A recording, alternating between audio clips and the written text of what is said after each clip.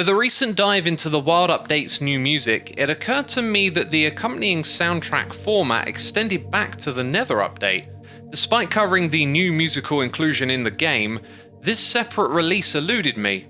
Now that the talent of Lena Raine is no secret to me, I wanted to return to her first inclusion in the game's soundtrack through these free ambient pieces and the classic in-game Pigstep record that introduced her music to the Minecraft community. Pigstep itself is a bop, no doubt.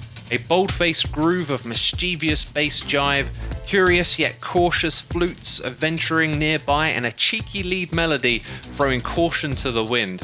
The music builds up to a gratifying swirl of sounds that can swiftly drop back into its starting stomp, all while a busy percussive drive builds up a textural density around it.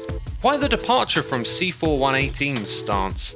It's an attention-grabbing introduction that fits the vibe of the Nether's new piglin inhabitants all too well. The three pieces of ambience built for Minecraft's most perilous dimension steer clear of the darkness and abandon one could so easily grasp for.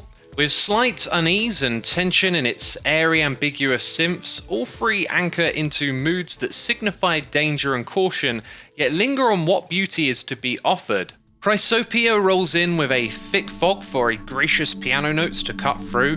One can see the magnificent yet truly deadly landscapes of the Nether, appreciating their magnitude with a humble presence. Rubedo is my favourite, mainly for starting with its main looping melody, which arises as a lonely spirit drifting in perpetuity. When the more commonly ambient backing synths groan into existence, it brings such a powerful and daunting sway that swells in a riveting moment of tension. It's a beautiful moment, stunningly crafted through a reverse of the format where often the backing would linger as the melodies direct.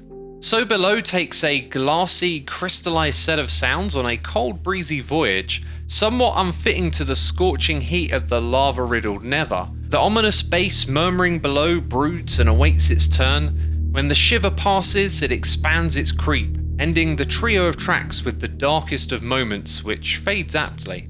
Lena has me excited for the future of this game's music. Her craft is brilliant and brings true inspiration and vision to a format of music, ambient, that can easily be jostled of its merits. Best of all, the visions conjured suit the nauseating scale of the basalt deltas, unruly dangers of crimson forests, and the eerie safety of a warped forest.